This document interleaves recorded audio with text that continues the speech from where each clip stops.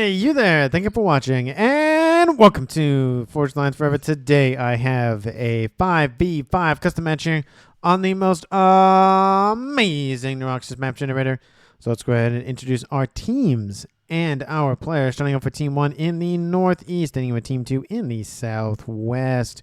Starting off with Team 1's Northern player, then going our way southward, we have in Amethyst Purple, Team 1's Note. He is a UEF as a 2000 rated player. To his south in Imperial Gray is the Aeon player of Amicwar. On you specifically, he is a 2100 rated player. Not only is he the highest rated player on his team, but he is the highest rated player overall. So definitely somebody to watch out for Team 1. To the east is the not Amethyst, it's Ripple player, but the Barbie Pink player of Thurnus Haley as a Cybran. He is a 1900. To his south, we have in Glow-in-the-Dark Green, it is the little guy as a UEF as a 1200. Definitely not a little guy with an ACU like that. Last but not least for Team 1, we have in Tropical Ocean Blue, Knight 33 as a Cybran as a 900. So for Team 1 side of the map, there are 2 UEF, 2 Cybran, 1 Aeon. Team 1 lacks the Seraphim tech, sticking with the OGs. Starting off with Team 2 Southern player, then going our way northward, we have in Emerald Green, Team 2's Exmer as one of the 2 Cybrans on Team 2. He is an 1800. To his north is the Chevy Crimson player of Nasimka as an Aeon. He is the highest rated player on his team at a 1900 rating. To his west in Pac-Man Yellow, it is Hatsi as a Seraphim. He is a 1700. In Royal Blue, to his north is Smithers as a UEF as a 1700 as well. And last but not least for Team 1 in Rust, it is not, well, he's not green, he's Rust, but his name is Green Hat 2288. I'll probably call him either Green or Green Hat for short, but just remember that's who I'm referring to if I just say Green, even though his name is technically green on the scoreboard, but he is not actually green. He is in Rust, as I continue to go down the hole of the fact that he's not the color that his name is saying that he is. So for Team 2 side of the map, they have one of each of the factions with 2 Seraphims. So they're making up for Team 1 not having a Seraphim on their team, sticking with 2 of them and having one of the other factions to add to their ranks. So for these 10 players on the map, let's take a look how much reclaim they have to scoop up. Currently sitting at 11,000 mass in reclaim. I mean, it's a little bit more than 1,000 mass per player. A lot of it is really around the main players' island. There is a little bit of wreck kind of off of the coast of this little tiny little sandbar, whatever the heck you want to call this thing. But realistically, reclaim is going to go to Team 1 on Team 1 side of the map. Reclaim is going to go on Team 2 side of the map. So there's really no fighting over reclaim. Well, if there's no fighting over reclaim, there's got to be fighting over something, and there's going to be fighting over a heap ton of mexes. Wow, I can't speak today, of course, as always. Taking a look at Team 2 side of the map, that being the southwestern side, we have a quad mex right here, as well as a quad mex right here. And we'll count that as actually Team 1's because there's a heaping ton of mexes right here. Trimex position in the middle, quad mex position down here, and then that's other quad mex with a heaping ton of mexes. In this lineup alone, there are 2, 4, 6, 8, 10, 12, 14, 15 mexes just right here. And of course, as illustrated by just the map because of the way it is, this is going to be a Navy map. I expect there to probably be 2 air players, at least a obviously main air player, and then probably a secondary one, given the fact that water Navy is kind of slow in terms of just building up to heaping tons of T3 units, T4 units. So I expect there to be a lot of torp bombers from pretty much everybody, because if you're a Navy player and you don't have torp bombers, what are you doing with your life? Do better at Navy. Let's go ahead and see where these players are headed off to. Again, it isn't a full 20 by 20 map, but it is pretty big, and I highly, highly doubt we'll see comms in the middle of the map, just due to the fact that the Cybrans are the only ones that have naval-based upgrades, or offensive upgrades, I should say, being the torpedo on their chest. So we have 2 of them on Team 1, and 1 of them are Team 2. Of course, there is the sensor package upgrades that the Aeons have that can be used in any situation, but risking your comm with even without nano on board, it's not worth it for the extra vision, at least especially early to mid game. Late game, I would not even try that. There's so many destroyers, so many battleships, so many torp bombers running around. It's an easy, ooh, that's a comm, bye. Just click on the comm with a couple of torp bombers and call it a day. We are seeing the expansion in the south here by Team 2's X-Ray. He's getting his eco up very, very quickly.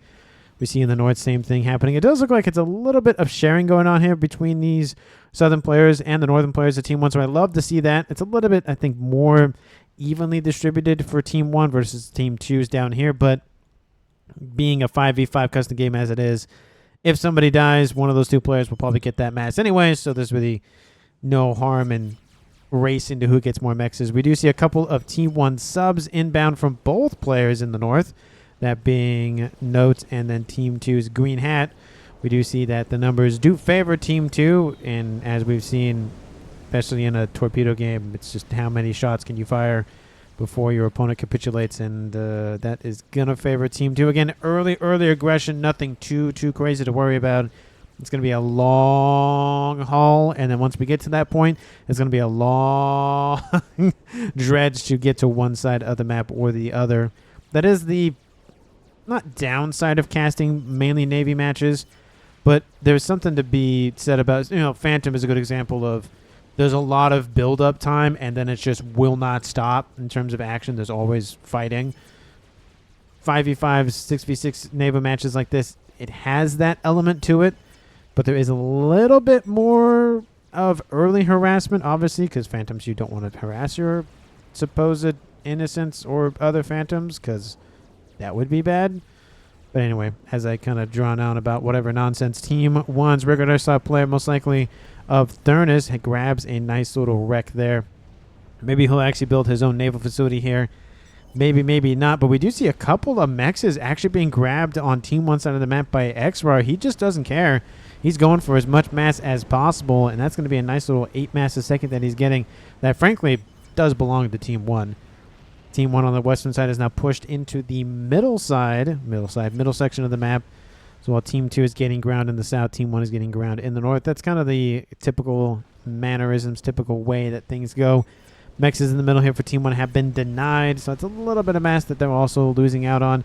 The mass incomes are staying relatively even with one another, so again, it's going to be a lot of time before we see that breakaway actually happen. T2 Navy online, T2 Navy online, T2 Navy possibly soon to be online here for these southern players of Team 1. T2 Air also online, going straight for T3. I don't blame them. They're getting those ASFs, and those strap bombers out are very, very nice. And of course, if he was Aeon, he would have Solaces, which would be very nice to have because they are the only T3 torp bomber in the game. Team 2, we have T2, T2, T2, T2 Air, T2 Land. Wow, he went for all of the upgrades. And we have T3 Air out of Hatsi, so Team 2 is going full HQ spam. And even T3 Land started for Green Hat. I don't know if it's really worth it in this scenario. Getting out more destroyers would be better. But, of course, he can build some bricks, which is nice to have. Getting, of course, T3 P-Gens to get to actually T3 Navy Tech and all that sort of thing. But I feel like it's a little bit too early, in my opinion. Let me know if you would have gone that upgrade that quickly, especially having T2 Air, T2 Navy, and T2 Land already.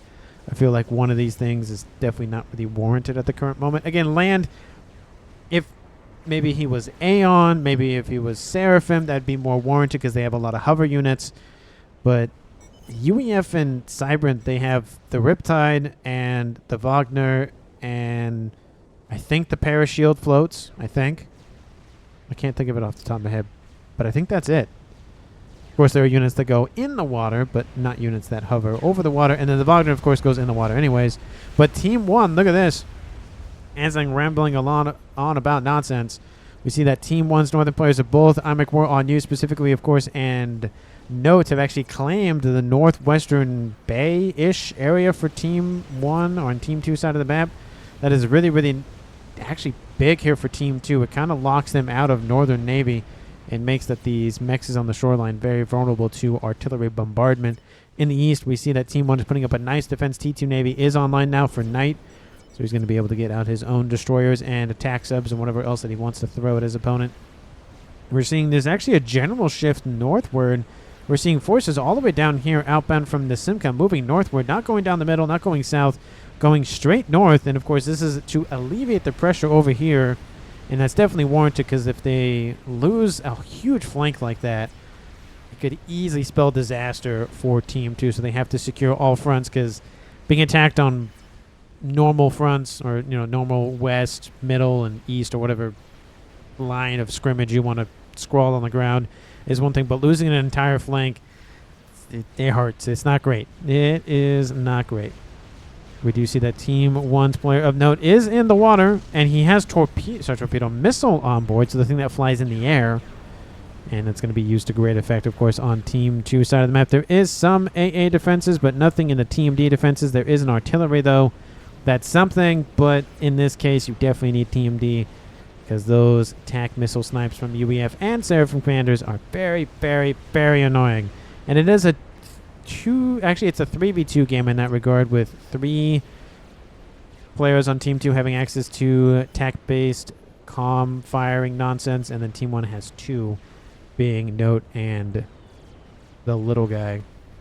Large group of units down the middle here from Team 1 pushing into Team 2's section of the middle. There are a couple of Exis-class destroyers being beaten apart or taken apart or ripped apart or chewed apart or whatever other apart words you want to give by a couple of destroyers from Team 1. Couple of UEF and a couple of Aeon. I do like that there's a cruiser mixed in there ever so kind of stealthily just to get some missile attack nonsense going down. We do see some bulwarks outbound from Smithers, so he's able to shield not only his units but also his nearby allies' units as well. Of course, T3 Air is online for Team 1. T2 Air also online here for Note. Would be surprised, like I said, that everybody gets T2 Air just because, again, it's a huge Navy map. There's a little bit of water. We could see some crab plays as we've seen in very similar, not themed games is what I want to call it, but the environment is whatever planet, moon, celestial body they're on. For some reason, a lot of their water it's very shallow, so crabs and other experimentals can actually walk in the water and fire their guns. So it would be nice to see that strategy be deployed here. There is another attack missile snipe outbound, or potential attack snipe outbound from Team 1's Note, going after the T2 naval headquarters for Green Hat. Ooh, and that's going to hit. Will it take it out in one shot? No, but he is getting some regen off of it, so it's going to take one more missile at a minimum. Takes 6,000 damage. Will that missile land in time to outpace the regen? I think it will. Look at this. T2 naval headquarters is going to go down for Green Hat. There he goes. He loses it. Very, very unfortunate. That's got to hurt. And in the north, we see naval bombardment going after Team 2's western flank, which is now kind of becoming their more northern flank rather than western flank. Green Hat is being pushed out of not only Navy, but land at this point. Very, very, I'd say early in the game. It is almost 20 minutes, to be fair. And to be fair, nobody has died yet. So that is a plus for these players, because not dying before any period of time is nice, but specifically 20 minutes, because usually somebody dies, because that's just how it works. And, of course, 30 minutes is the breaking point of are you going to survive, because usually if you get to 30 minutes, you'll probably make it to the end of the game. Probably. It isn't guaranteed, but you'll probably make it there. D2 toy bombers are inbound from Note from the north. Again, just harassing Team 2's central place of power, which is just a ton of units as well as a couple of bulwarks to shield those units. T3 Navy is online, and yes, he is going for it. Love to see them deployed. It is the Neptune-class battlecruiser, the one-of-a-kind ship in this game. Very, very, very annoying to deal with. Maybe we'll see some Atlantes, Atlantes, or Tempest on the map here.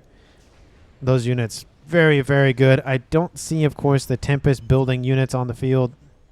It isn't really a feature. It's like the Fat Boy, when the Fat Boy didn't have the ability to build while moving. It's just not really worth it. If you could build naval units while moving, that could be a thing. Maybe that'll happen one day. Debs, I'm looking at you. We do see a couple of Salems. We like the fact that instead of going north and then around to go after the cruisers, the Salems went, well, we could just walk on land and do essentially the same thing. Granted, we move slower, we can't use our torpedoes, and we're easier targets, but hey, we could use our legs, so why not? And there are missiles inbound. Will they actually hit any of those? Nope. They will take out a radar system and a mech, so some damage is better than no damage. Down the middle here, Team 2 launches an attack outbound from Rar just to push as far as he can. Unfortunately, he comes up against heavy resistance, and there's an air fight just south of that. So lots of things going down here on Team 1's side of the map. It looks like Hot Sea will win that fight ever so slightly. I'd say about a squadron or so of ASFs, nothing too crazy, but these group of torpedo-based ships, whether they be the subs or the destroyers that also can become subs, trying to wreak havoc. And again, it's pulling attention away from this northern flank. Team 2, if they want to establish an attack vector here, they need to pull all of, or at least most of the attention away from that side of the map and then launch a counterattack. We do see those Salems are about to take out that governor who has 2-star veterancy. Maybe, if it doesn't move. If it actually moves in time. It does move in time. I like how there's just a Valiant. What? There's actually 2 of them. What? Okay, I will go back to the main action. But what is this? It looked like it was hanging off the map. It isn't technically, but it's just hanging out in the corner of the map. You know, just having some fun time. Don't know what it's doing up there, but probably should move those. Anyway. Of course, you're gonna get, are you gonna, what? Something about something. Anyway, Smithers has his attack missile online, going after, looks like facilities at this point. I don't think you can actually target the mexes in the water. That would be an interesting thing to figure out. I don't think you can. It's targeting all of the regular T2 facilities, and of course it does 6,000 damage, so it's going to need a second missile. The headquarters, of course, is going to be the main target, but that requires 3 missiles without any of assistance to deal with. There are more units, of course, in the middle here for Team 2. That Neptune is front and center. It just ripped the cannons off the T2 Seraphim destroyer and went. Those are mine now, and I'm just going to make them better. Goodbye. So, yeah, there they are in all of their glory. They look like Summit guns, but no, they are lasers, and they're dual lasers at that. Why not have one when you can have 2 lasers? But look at this, and Omen is online here for Team 1's Amikwarnu. He has another one online, and that T3 naval facility is also being assisted by another Neptune for Team 1 outbound from Notes facilities in the east. Looks like these facilities for Knight have been knocked down, and now Team 2 has relative claim over the southeastern corner of the map. So Team 1 has the entire northern side, Team 2 has the entire southern side, and it's going to be just a matter of time before one side falls or the other. We do see that Omen is being shot at by a decent amount of Exodus over here. And no Omens as of yet here for Team 2's Nasimka, but he does have T3, and he is producing some engineers, so it'll probably be shortly before he does produce his own. T3 down here. Actually, there's one after the other. 2 Seraphim ones online for XRAR. He could send them east, or he could send them north, where he's sending a lot of his forces, where he continue to just throw everything he has at this middle section of Team 1's lineup, going after the little guy and cutting off Knight from any sort of naval reinforcements. Airfight happens once again over Team 1's side of the map, and Team 2 will win it once again, but they take significantly more losses. They don't win by as many ASFs, and I think Team 1, they are outputting ASFs as much as possible. So that lead is going to get evaporated very, very quickly. Transport trying to flee with a couple of transports. A couple of engineers on board, and they're like, get us out of here. T2 Navy is knocked out for the little guy. So we have 2 players on Team 1 that have been knocked out of Navy. Team 2 has 1 player knocked out of Navy. But they could get back into it, to be fair, right there, but it looks like they're focused on other endeavors, most likely. And we do see the main forces here from Team 2 have been routed and are falling back. I don't blame them. There are multiple battleships and a battlecruiser online. You might as well get it out of there before time is up on getting it out of there safely. 26 minutes on the clock here. Team 1 has not lost anybody. Team 2 has not lost anybody. So it is a 5v5 game still. Again, almost approaching that 30-minute mark. The main eco leaders for both teams, Team 2's X-Bars at 560, and Team 1's Note is at 520, with, of course, everybody below that. But we do have a nice 3rd place with IMEC at almost 400. So Team 1, bar the fact that they have two of the three highest rated eco players in the game in terms of what they're producing per second. Team 2 is barely winning the eco game overall at 1.6 versus 1.5. So again, nothing too crazy at 26 minutes. Again, it's a Navy map. It just depends what your opponent puts in the Navy. They could build 30 battleships, or they could build a game ender, they could build a nuke. There's a lot of things that mass can be eaten up by. So being ahead 100 mass per second may not be the end-all be-all. And now we see that Team 1 is at now 1.7K. So again, it constantly flips back and forth. Nothing of note in terms of really leading the team and leading the game one way or the other. Couple of Storks inbound for Knight's commander, and he'll drop to 900 hit points. He was actually getting ground fired there for a brief moment, and there are those torpedo bombers that did not get another pass in. So Knight will be shoved out of the water. He's back up to now 1300. He is sitting at not 3-star, but Tech 3 on board, so he has a little bit more hit points. If it wasn't for that, he definitely would have died. He is getting some of those harms online to help assist with defensive measures. Team 1 and Team 2 having a nice little brawl of sorts with a couple of battleships. Hot Sea builds an experimental. Isn't an Awasaw bomber? Is it a chicken? It is a bomber. There it is. The first one of the game, 27 minutes, and it is a T4 bomber. Almost a strategic bomber, but it is an experimental bomber. I think it's the best designed unit in the game in terms of just the way that it's functions. It's asymmetric, not that that's a huge thing, but it looks really impressive. So that's one of the reasons why I like it. I don't know, something about bombers being triangles or something, no idea. I guess most bombers in this game are technically just elongated triangles, but that's more of a equilateral triangle almost. Anyway, we see more attacks now through the northern section of whatever the heck the amalgamation of map this is. For Team 2's Nasimka. Team 1 still technically has control of that western bay, and Team 2 technically has control of that eastern bay, but neither team is putting anything there. Yeah, a couple of cruisers, yeah, a couple of, there's not really any emphasis to put anything there or keep anything there.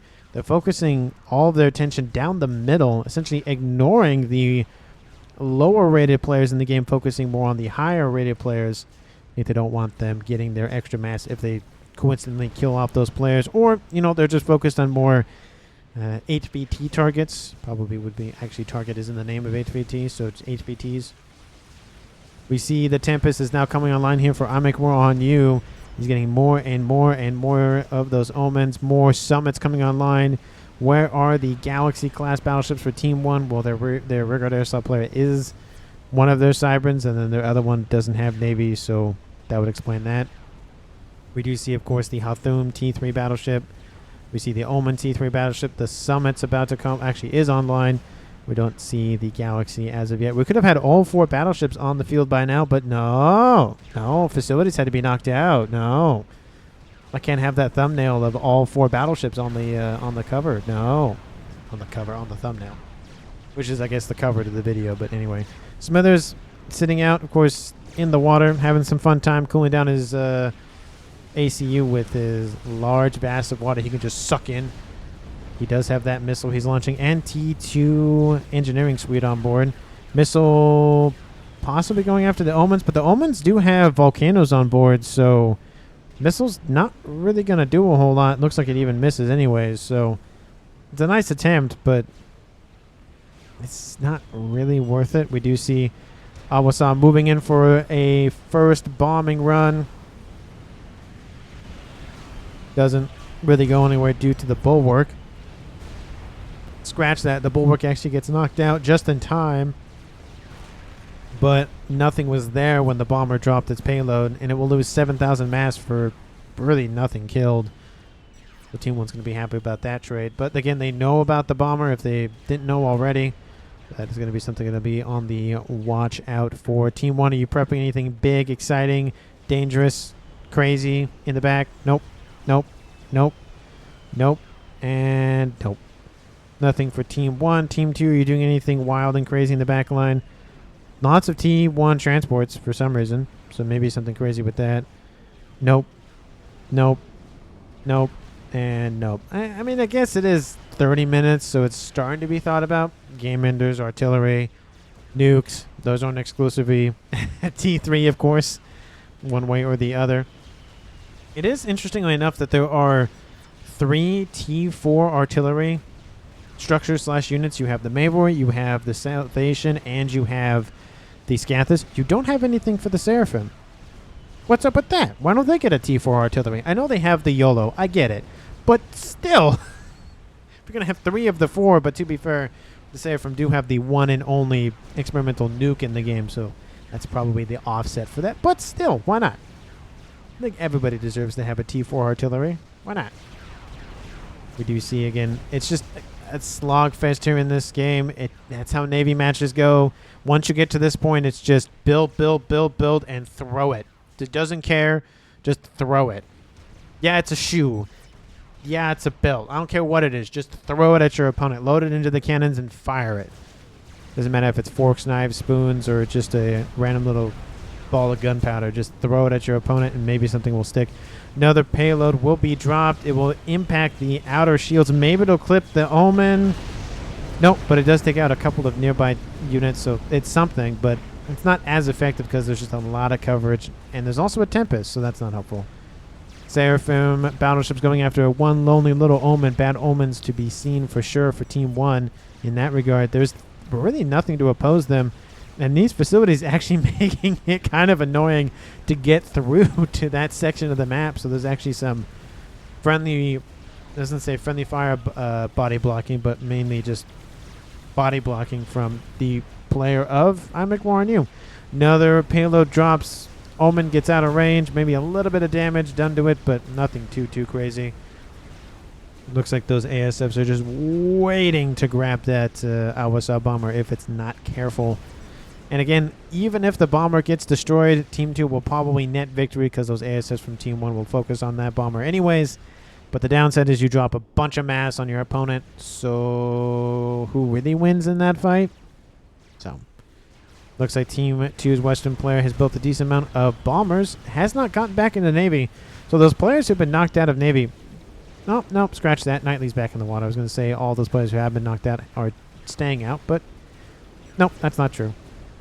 In the east, we have a chicken moving in for XMAR. And is it, I was going to say, is it short enough? Is it tall enough? And that would be a no. It is not tall enough. It's barely sticking underneath the surface.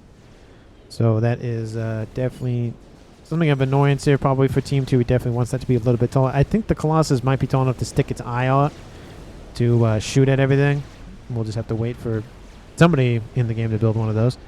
I Make War on You. You're Aeon. Did you build one of those? Nope. You built the Tempest. Never mind. I had hopes, and then my hopes were dashed to pieces.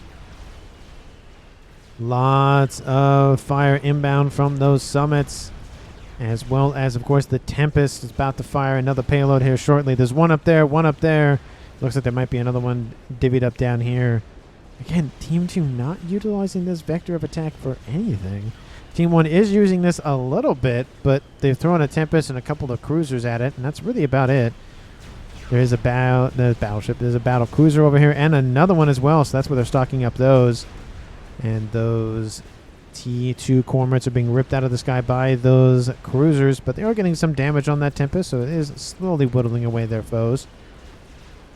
And look at this pressure from Team 1. Look at they pushed all the way into the middle, Team 2, and now they've been thrown backwards. Again, the downside, though, is for Team 1 to gain territory, they have to walk through a kill box, which in any situation is not great. But in this particular situation, it's also not great because lots of incoming shells, small environment equals a lot of AoE, not good things. We do see a couple of the missile ships. There they are. Another unique ship in the game going after those Tempests. And, of course, the Tempests are big and annoying. And those missiles fire just so many missiles at a time. Nice little, not battery of missiles. No, a battery of missiles would be like a conglomeration of launchers. Cartridge? I'm trying to think of the word for like a group of missiles like that are fired. There's probably a word for it. Somebody will let me know down in the comments. Everybody's good about, hey, you said that name wrong. Hey, that's what that word means. But I love the language lessons. I really, really do. Not that I remember every single one of them. I try to, but human brain and whatnot. I have very, very good short-term memory. Like I can memorize something, take a test, and then forget about it right after the test. But then getting into my long-term memory is a completely different story. Maybe that's how most people are. I don't know. That's just how I am. Look at those ASFs. They're just they're waiting for that bomber. They had an opportunity, they just didn't take it. But they probably were moving into attack range by the time that bomber turned around. It was too late. Little guy built an experimental. He is UEF, so either it's a satellite or it's an Atlanti or it's something. And I don't see it, and I'm probably blind to it. Where is it? Is it just staring at me in the face? Because that's entirely possible, but I don't see it anywhere, which is very weird. Because his color definitely sticks out, so I would see something, but I don't see it. Huh. I am confused. I'm going to go back to the action in a second. I just... super confused about that. Anyway, I'll see something at some point. Maybe it's a satellite and it's hiding, but I don't see anything. Anyway, in the east we have now just Omens retreating under the volley of Hathum fire. There is an Atlantis online for Team 2. There it is. We have both of the naval experimentals in the game. Love to see it. We do see those bombers are still inbound for the one Tempest to the west. And that is starting to whittle away those hit points as well. The game is running at -1 speed. At actually, well, it was -2 for a brief moment. So this game, of course, is just chugging along, doing the best it can to survive. Spy points over top, getting a read on what Team 2's up to. Well, you know, there's also that. That's a thing. That's why Expar's not doing a whole lot in terms of sending so many units out. A lot of his mass is going to that thing. So 34 minutes on the clock, and I have spotted the first game ender of the match. It is the Yolana Oz experimental missile launcher, and it's almost at 25% completed. It's at least 20% at a minimum, but it's closing in. Well, let's see. 20% would be 2,400. So yeah, now it's at 20%. You can see there's really nothing going on. And look at this. I love this from Team 2's Green Hat. He's deployed a couple of engineers to build land factories to spam out bricks. So in a game like this where it's mainly Navy and Air, he's found a way to make it a little bit about land. So I love that play here from him.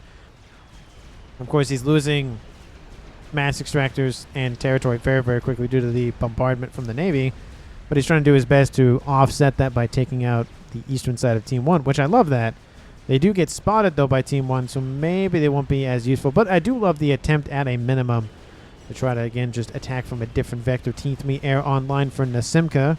Maybe he's going to produce some of those Solaces. We do see a Tempest online. Almost done here for Nasimka. And the missiles and the missiles and the missiles and the missiles for Team 2 are getting ever more annoying for Team 1. Look at this. Look at that line of yellow dots. I mean, there's not really a lot of bulwark shielding remaining, and they break through. There is some TMD on board, but we all know how UEF TMD is. It's not great. Not great. Thurnis, give me NG. We go for Scathis, says no. So it looks like he's like, okay, we're going to end the game. We're going to be done with it. I'm kind of done with this nonsense. Team 1's going to go for a Scathis here shortly. And in terms of a raw power Scathis versus YOLO, I'll bet on the YOLO probably 9 times out of 10. Just because it's a YOLO. And I like saying kaboom. So why would I not bet for that? But strictly speaking, in terms of like how much damage it does. Technically infinite damage, or technically 1,000,000 damage. Technically. But quote unquote infinite. The Scathis, you have decent shield grid, assisting some of the shields, building some shields once in a while. You'll be perfectly fine. YOLO, you need SMDs. You need to load them immediately. Or load them 10 minutes ago. More like 30 minutes ago. But still. Is that an artillery show? No. It's like, is that an artillery show from Team 2? No, it's actually artillery show from a couple of battleships going after a couple of just planes. I find that just a very weird thing. Maybe just because that players just forget that the units are there. But they'll send a spy plane out, and it will just sit in somebody's base, kind of like the interceptors are sitting here for I Make Warn You. And the other team sometimes will do something about it, and sometimes not do something about it. It just sits there. So it is something to watch out for. Is just if your opponent has some things in your base, you probably should get rid of them. Probably. And Thurnis says, I don't have enough power yet. I mean, with... he doesn't have that many Pigeons. He started. He is building a lot of mass fabs, though, so it is going to soak up a lot of his power, to be fair. So that's probably why he needs more power first. And like I said, the Navy is going to slog to a very slow, measured beat. There is a Atlantis online for Team 1. So it's counter-experimental with counter-experimental with counter-ASF with counter-everything. Again, the only thing Team 1 doesn't have is Seraphim. They don't have Awasa bombers. They don't have YOLOs. Or Zui, but, you know, those are the two things that Team 2 is deploying currently. YOLO is over 50% now, so Team 1 better get a move on because that is not going to be good. Once that YOLO finishes, that's not necessarily game over, but it's not going to feel good. Not at all. Team 1, you have one SMD not loaded. You have one SMD not loaded. And that can't be... Oh, there's one right here. One SMD, one loaded. So not good amounts of SMD coverage at all. Bomb does land over here, though, taking out some core mass for Knight. He's going to be annoyed about that. Bomb moving in for another attack vector. And look at this. There's still some distractions. So not only are there forces from Knight here, but also from the little guy to assist. So again, that is APM. That Team 2's green hat is just soaking up right here. So love that play. And taking out some pigeons here for Knight. So he, that being Hatsi, helping out the land player over here for green hat with the attacks, slowing down the amount of units being spammed up by Team 1. Do you see those ASF are still protecting that bomber? Bomber has killed off 65,000 mass. Almost nice. So it's getting up there into the 3-star veterancy here shortly. And again, it's just lots of yellow dots, specifically, of course, in the middle of the map. That must be a squad or so of those. Nope, that's the wrong unit.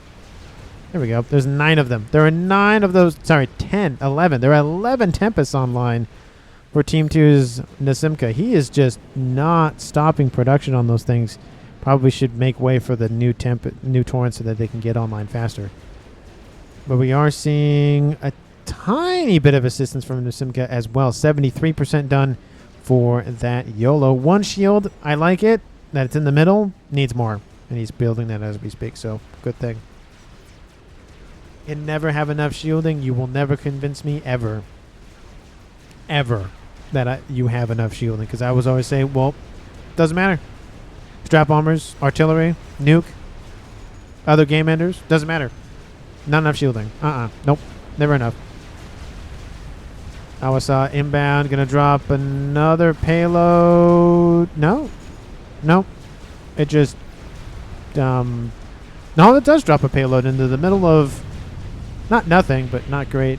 But in the east, explosion happens. It is a Billy Nuke outbound from Team 2 Smithers at 18,000 mass kills. Kills off the... not headquarters, but the T2 facility there. Look at all of the nonsense that is this. There are transports inbound with nothing on board. Just trying to kill off some units, I guess. And they're going everywhere. They're fanning out, probably distracting Team 1. There's nothing on board. I feel like there maybe could have been just some Zuis just to have something on board. But, you know, probably distracted doing something else and doesn't have a lot of time to focus on construction of that. Because he's building a YOLO, to be fair. So there is that. Just look at all of them. Look at all those Hathums. So much nonsense. Again, so many nukes that could be on board. So many kabooms. There are so many kabooms that could be happening right now. Nuke is outbound. That is a Billy Nuke, though, so I will not say kaboom. Unless it's a very, very, very impressive Billy Nuke, I will not say kaboom for it. Sorry. It has to be maybe a kill on a player, or maybe just, you know, killed off a nuke, killed off a game, get killed off something very important. So, but just constantly Billy Nuking, no. But of course, there is some TMD on board of these omens, and there it goes. They grab the Billy Nuke, they get rid of it, and there it went, all up in flames, or actually in flares, I guess. I really dislike that mass fab panel. Anyway, in the west, land incursions have occurred now for Team 1.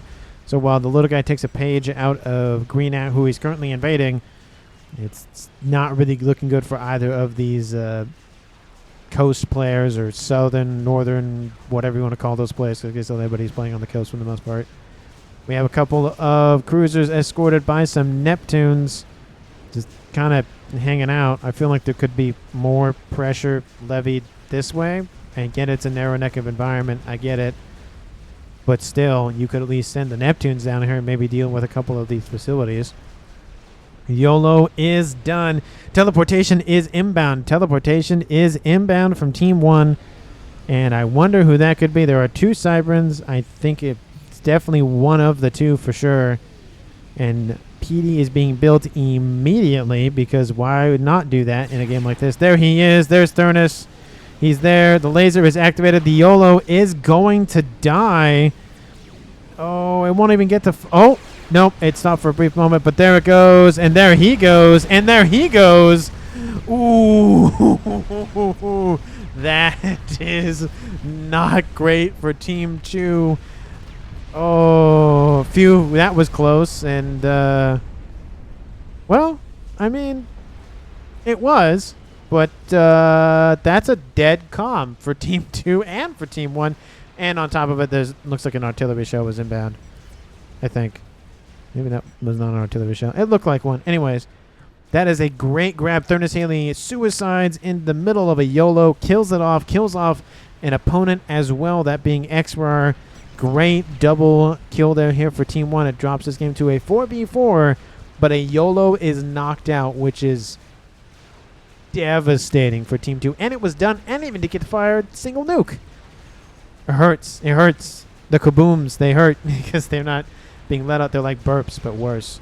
They just need to be let out. And I'm not just going to do it for any old explosion. That was that a kaboom? I think I said I'm just going to say kaboom for that because that was great. Got to let one out once in a while.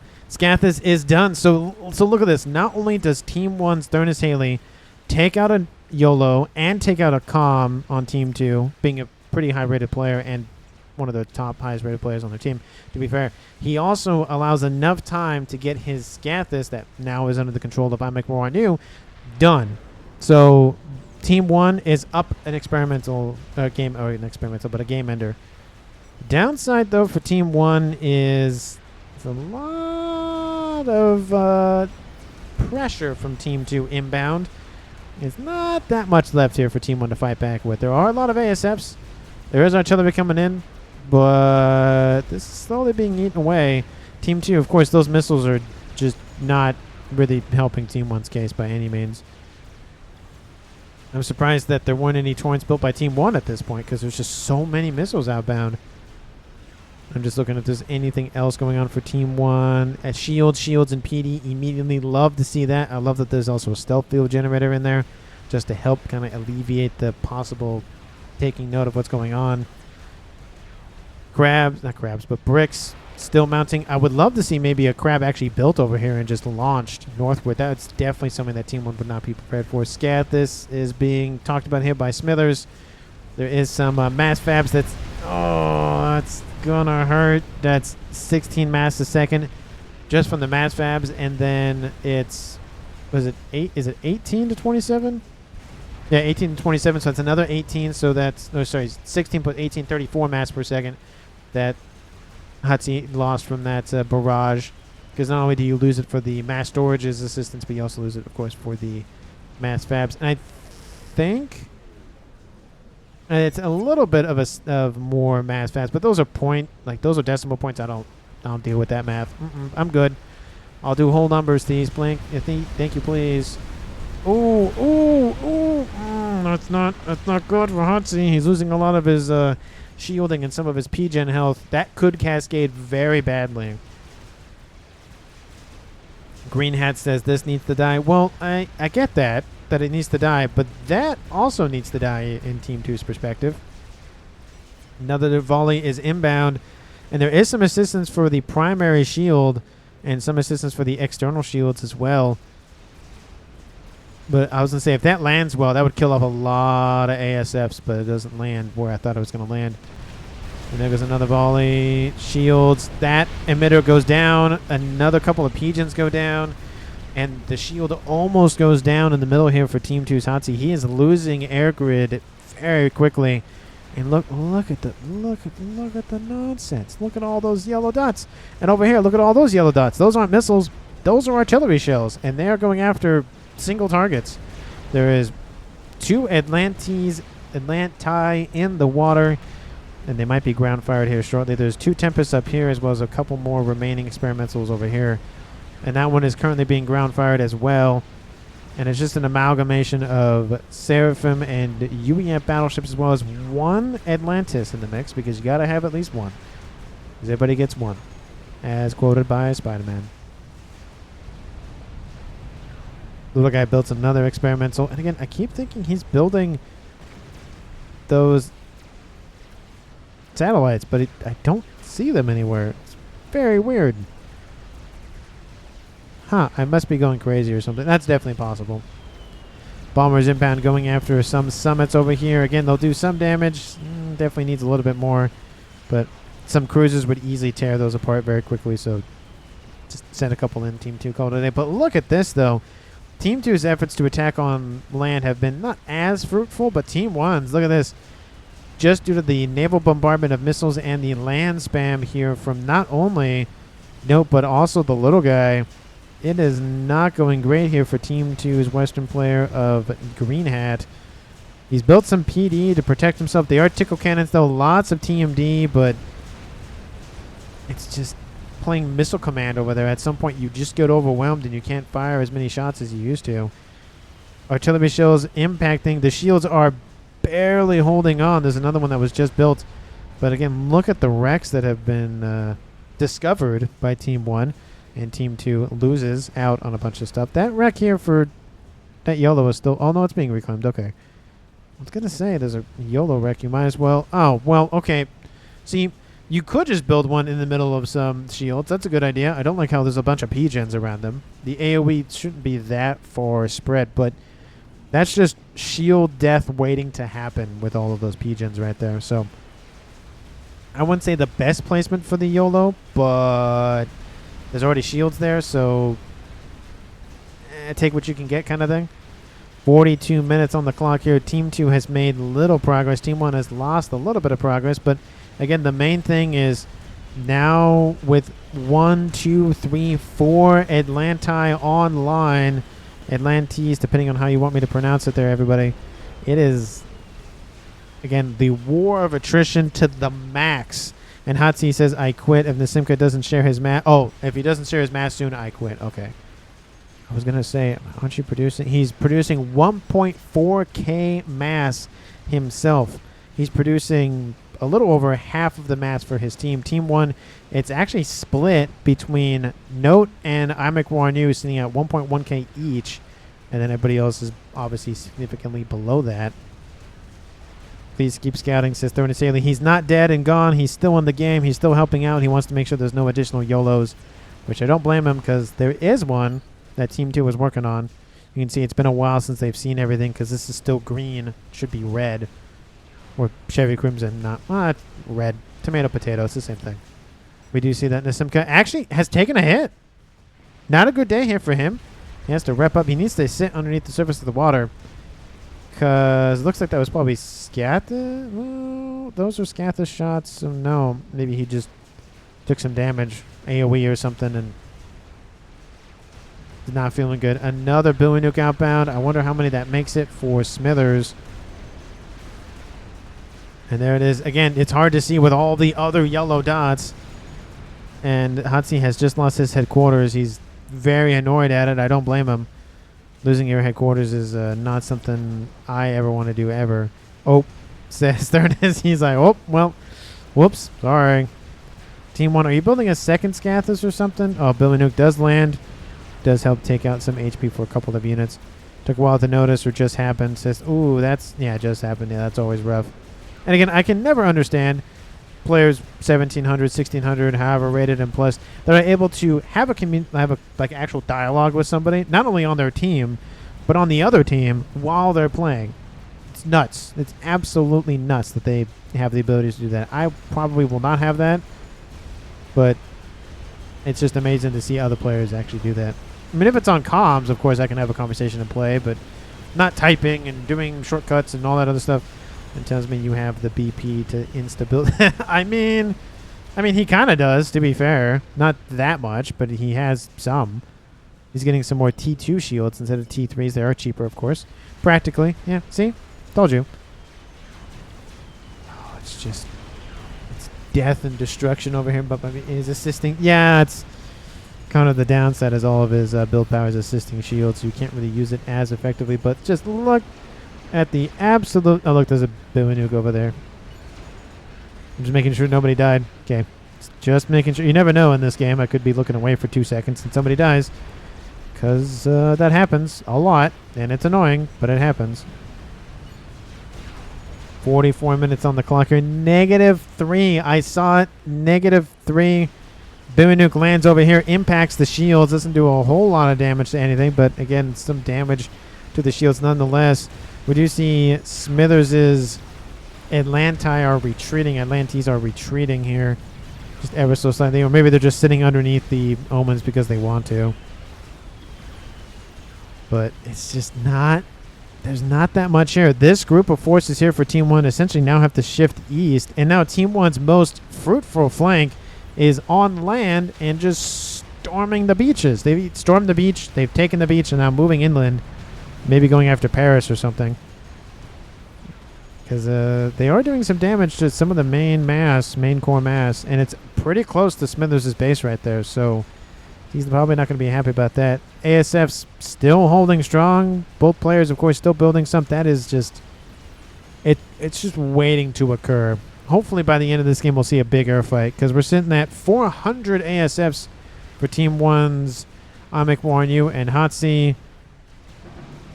400. So it's essentially a tie game in ASFs. At this point, just send it. But again, it does benefit Team 1 if Team 2 sends their ASFs in. There are some more back here just in reserve, but the main force of probably 400 plus is just sitting right there. Just have the fight, have the game go back. Play better, please. I'm on +0. It's going -3. It's not great. It's not a good day for this game right now, just because it's just go. It's really struggling.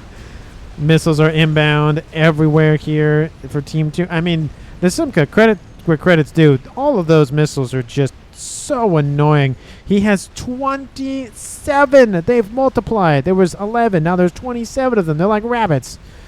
Look at those. Look at that nonsense. There's probably more torrents than he has actual battleships. How much? If I was a betting man, how much you want to bet?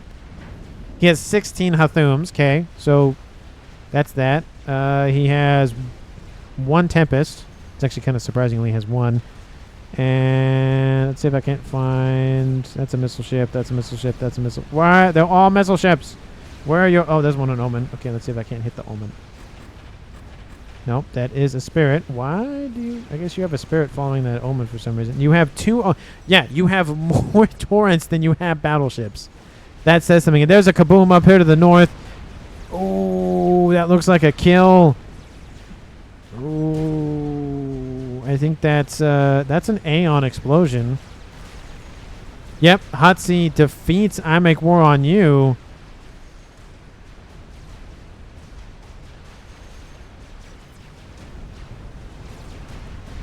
My question is, what did he... Oh, that's how he died. Yep, Awasal Bomber straight in. That's one way to go. Just crash damage plus explosion equals death. That is a kill here for Team 2 for the 3rd time in the game at 45 minutes. Team 2 scores a kill, and it's now a 3v4 in their favor. Again, technically the first score on the scoreboard was Thurnis Haley killing off Xrar, so that's why it's 3rd, but you get my point. But you're still got a lot of Navy left, says Thurnis. I got 400 Team 1 NDs making A. That's just absurd. Does he really have... There's no way you have 400 of them.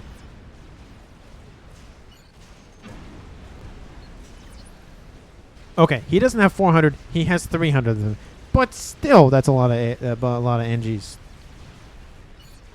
And with the death of I Make War on You, things are breaking down very, very quickly here. I can't even imagine the reclaim. There's probably 500 plus thousand reclaim on the field at least.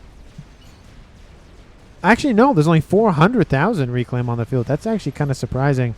But to be fair, Team 2 has scooped up 300,000. Team 1 has scooped up 279,000.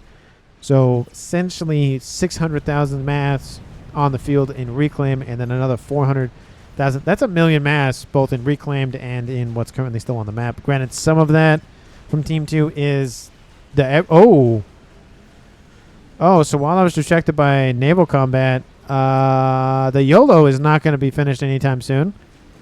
So that's the thing. I have no idea. Oh, that might have been when I was taking screenshots or looking at all those torrents and whatnot. That is a huge hole for Team 2, and that does kind of explain their eagerness to end the game, or at least get into where Team 1's producing Navy.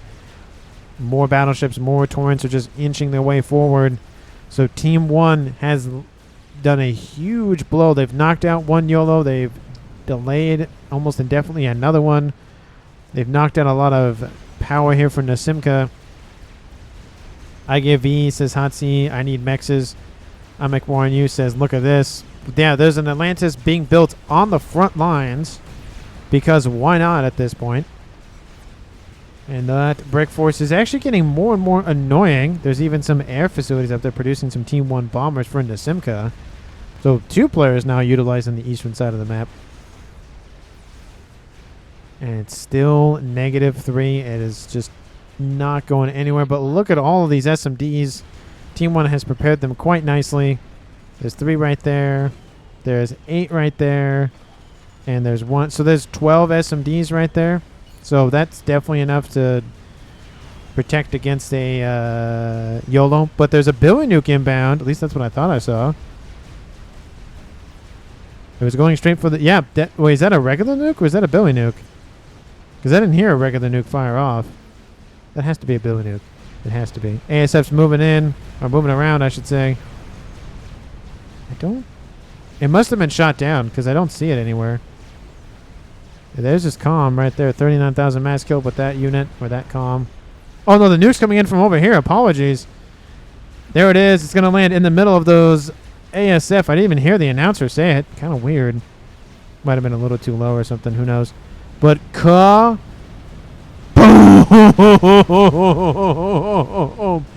Oh, that's a lot of dead ASFs here for Node.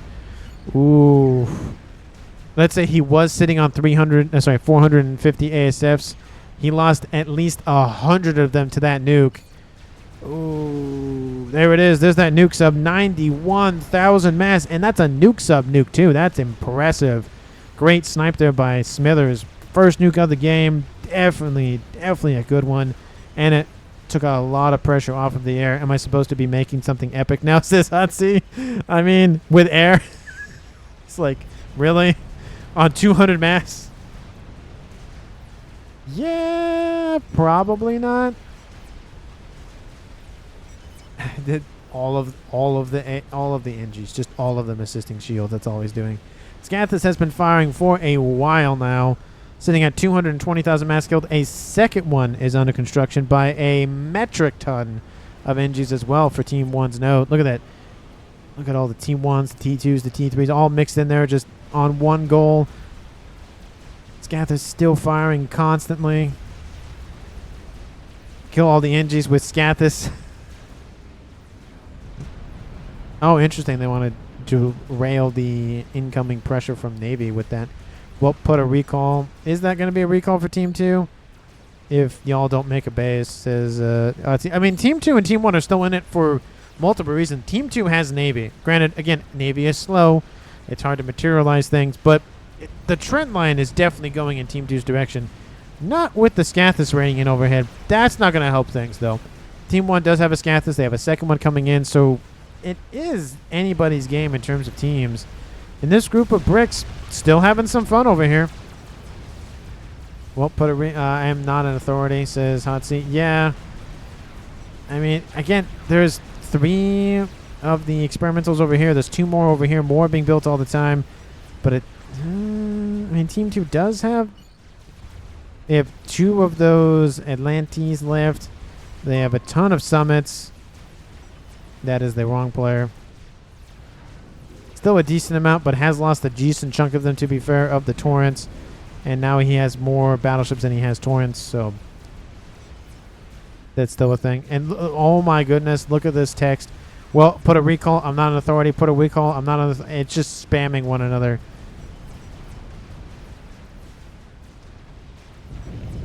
Another Billy Nuke lands, takes out more stuff on the map. Actually, a lot of Team 1 land factory spam. That one's upgrading to T2 for some reason. Still, Smithers is just sending his Atlantis in, Atlantes, whatever you want to pronounce it as. Missiles. Don't hit anything. There's so much mass on the field. I don't think Team 2 really needs to worry about having mexes because of the everything that's being output by Team 1 and Team 2's constant naval battling. I mean, we did see it was 400,000 mass and reclaim. Now it's over 500,000 mass and reclaim.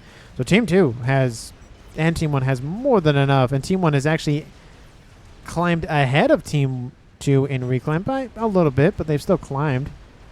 Team 2 at 1.9k mass, Team 1 2.3k mass income.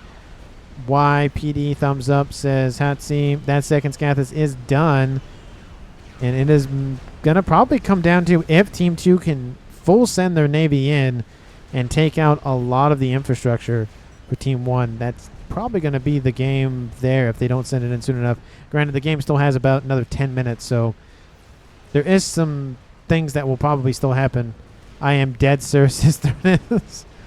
More TMD ASAP. And there comes that first volley. Ooh, some engineers go down. That's not a good day. Some ASFs go down. The shields are still holding, but how long can they hold against two artillery shells? Two sets of Scathis firing artillery shells at them. There we go. The base here for Team 2's green is gone. Smithers is now the front line here for the land invasion on the west. On the eastern side, the bricks have actually broken through a little bit. There's a nice little stinger still catching up to them, but there's PD, and that's not going to allow that to go anyway. No, why? We not friends? I think there's some directed focus going down on the airplay. I mean, it does make sense. You take out air, you win air, you bomb from air, you win game. It sounds simple enough. Is it? No, but it sounds simple enough. Team 2 doesn't have any sort of artillery. They don't have anything left in terms of long-range stuff. They had one YOLO. It died almost immediately. Not almost immediately. It died immediately. Hotsy takes a hit. That's going to hurt. A lot of those NGs are going down. Another volley inbound. Oh, he's dropped into the red. Oh, 1,000 hit points remaining. There he goes. Team 2's player of Hotsy has been taken up by Scathis fire and is now tied at a 3v3 game. Hey, I died. Yeah, you did die. Look at that. You did die. All of his stuff will be transferred over to somebody else, of course. And now both the main air players for the game have been wiped out. And another player, at least for each team, have been wiped out as well. It's a 3v3 game. And Bombers inbound, most likely for Smithers' commander. He has T3 Engineering Suite and Nuke, or Billy Nuke on board. And, oh, he's still taking damage. Oh, it's still going down. Oh, nope. 1,000 hit points remaining. Another round or so of even half of those bombers will kill him. He's still not dead, but that was that whole conversation I had at the beginning of the game of that's why you don't do that, which is what's happening right now. There is some, of course, AA trying to be built in time, but a couple volleys of torpedoes will be more than enough. If this group releases their payload, they should be able to take out the comm. You have to release the payload. 1,500 hit points remain. Oh, there we go. Team 2 loses another player, and it is now a 3v2, now in favor of Team 1 for the first time in the game.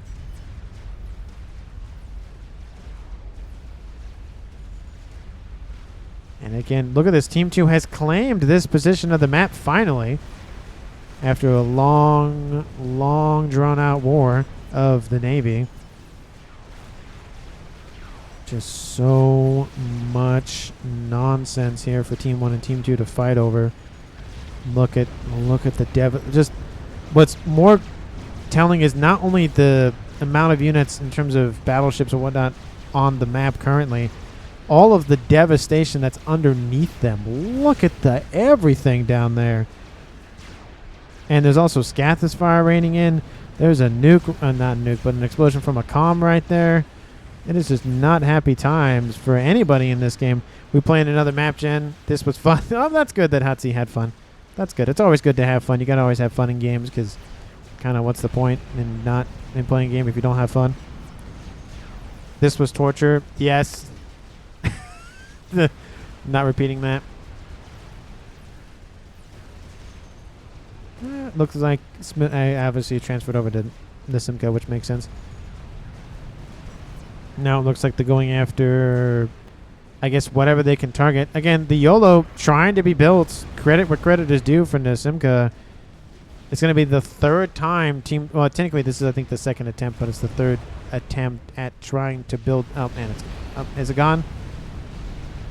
Well, all the engineers are gone, but one, so it's pretty much gone.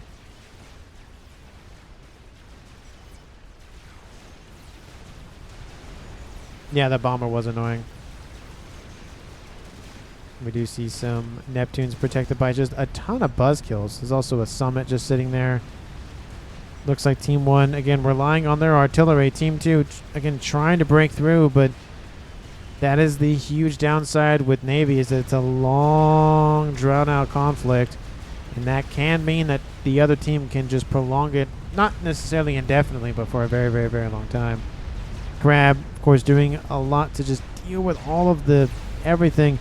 Green Hat Control K's saying, look, I'm done.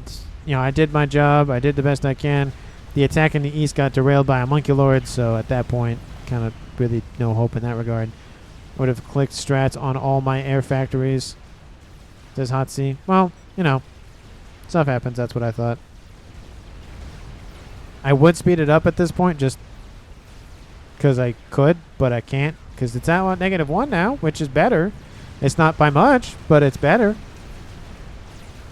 The Crab is still alive a little bit and has 1-star veterancy, so that is something. The Summit, the Atlantis is out of the water. Out of the water. It's emerged part ways out of the water. Easy target. I know there's AA on board that, which is nice to have. Just submerge it. It's not worth it. The battleships just full send it looks like at this point. Orders have been given by Nasimka to move in, and this probably should have happened about 10 minutes ago, to be fair. Realistically should have. Looks like they're going to go after the Crab. They were going to go north and then decided against that. So now they're going east. Transport with the comm of the little guy on board. I can't say what he has in terms of upgrades, but he has some sort of engineering suite on board, most likely. His right arm doesn't have any upgrades. I wonder if he has a back. Does he have a backpack? He does not have a backpack, so... Bro, your texture quality. Thurnis, my eyes. Ouch. Commenting about... I don't know if it's the map coloration or just the way that everything's going, but... Probably a little bit of both. Look. Says Hatsi, look. Look with your special eyes. My brand. Fat Boy being built on Team 2's side of the map. Look at that. It's already almost half done. And he had just T3 engineering suite on board. And the battleships, of course, getting into a tight environment. A lot of AoE can be done on all these ships. If all of these had nukes, that would be amazing. They don't, but it'd be amazing if they did. That Tempest is going to go down here soon. Why are they targeting that one random Continental over there? Don't know why. Somehow that Tempest is still not dead. I have no idea why. It is right there in front of all of them, and they have not well, some of them are targeting it.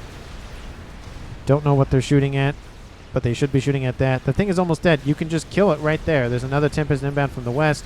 There's one inbound from the northwest. That one just got completed. I know there's a large amalgamations of battleships. So there's a lot of AoE that can happen, but just take out the thing that's right there. There you go. He finally heard me from the ether. He's saying, okay, fine, strategic launch, I'll target it so you can get off my back. 54 minutes on the clock here. Team 1 still looking strong, and they still have both of their Scathuses. Scathuses. Scathosaurus. It's like a Thothosaurus, but for Scathus.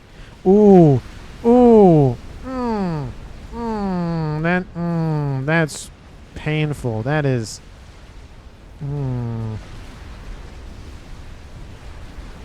that was very, very painful to watch.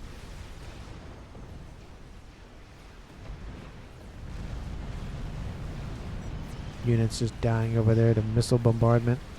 And the glowing mechs is his bloom. No, but it's nice to be able to see them. But just look at the wreckage. It's just absolutely devastating.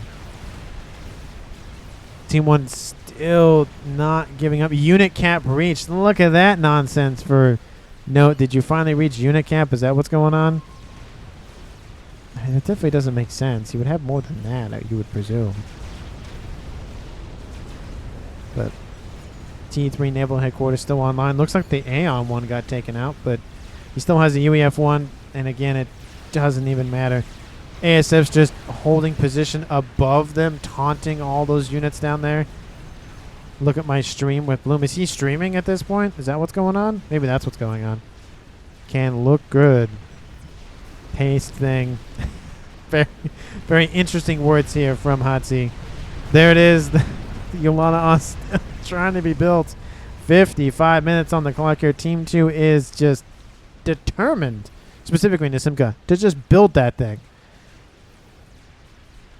It's not going to stop. It's going to keep going. I will even try to speed it up, but I won't. The game prevents me from doing so. All those ASF sitting there. Look at them all. T2 Tor Bombers inbound, just wiping everything else out. ASF's coming in, at least the remnants of the fleet that Hatsi had. Nasimka, again, is the last remaining player on Team 2. And MVP, I mean, I have my thoughts on MVP. I kind of want to wait maybe 2 more minutes before I say something. But it definitely goes to somebody on Team 1. Maybe it'll be the player you're thinking of. Maybe it won't be the player that you're thinking of. But I have an idea. I will say it's not the little guy. I will say that. I mean, again, I do like to play landing on land, attacking from the land. Again, distracting Team 2. Team 2 and Team 1 both did the exact same thing. But the little guy, of course, is actually, he's there. He's in person. He's helping out his troops. He's going to build a FAF war there. Sarah looks 1,000 times better on high textures. I mean, I would hope so. Everything would look better on higher textures, you would hope. Team 1 has now pushed back Team 2. And, again, it's just not looking good. ASF's still sitting right next to... Why? No, unit camp reached. Why? Why is this a thing? No, bad. I get it, that's the end of the game, but why? Okay, there's the sub-nuke. Does it have a nuke? Nope, does not have a nuke loaded. That's kind of unfortunate. 56 minutes on the clock here. Team 2 does not want to concede. Nasimka just wants to keep fighting till the bitter end. He has more mass than he can spend. Got to spend that mass there. That YOLO is not going to finish itself at this point. I don't even know if he has... Oh, he still has Sarah from tech, so he can still build it. But, yeah. Not great here for Team 2. It was a great game overall. There was a point where I'm like, oh, Team 2 has this with the Navy. Oh, no. The Scathis is still online. How much mass is this one killed? 749,000 mass. This one over here. 1 million plus mass has been killed by 2 units in this game. 2. Granted, they're game enders, but 2. It's a lot. It's a lot of mass killed. In terms of mass accumulated in this game, 5.6 million for Team 1, 5.1 million for Team 2, over 10.5 million mass. I wish I had that much money in that much. If I had that much money that they've collected in mass, I would probably still do YouTube. But maybe I'd hire a couple people and we'd make more videos every day. But anyway. That's a lot of mass. A lot of mass. Now we have the ASF being used as air scouts because why not? They have spotted the comm of Team 2's Nasimka. He has not gone in the water. He is sitting here. He's waiting to be given his orders. Either he's going to teleport out of there, or he's going to die, or he's going to control K, or he's going to do a bunch of other things that will end the game. 57 minutes on the clock here. Scathis probably has started to lock onto that position at this point. So, but do not tell you are building a third one because why not? Build something else. Build a Mavor. Build a Paragon. Yeah, why not build a Paragon? Why no more Paragons? Why? More Paragons. More infinite money. More infinite money. No targets have been given. No things have been given orders to target the comm. Will he just force a departure? The fleet is gone at this point. Yeah, there's still a decent amount of battleships, but not like there was. And the land is crumbling to the north. Lots of T3 mexes still. He is producing, coincidentally enough, 1.4k mass. So he's doing very well considering. Scathus Fire now raining in on the Simca's comm. And how many shots will it take to kill this player? A little bit of AoE damage there. He's probably just going to accept it. He doesn't need to move. Another shot there. I think we're just going to sit on the comm and wait. We're going to wait till the comm explodes. How's that? That's probably what we'll do. Wait for the shots to rain in. Either he will teleport or he will die. Those are the two options here for Nisimka at this point.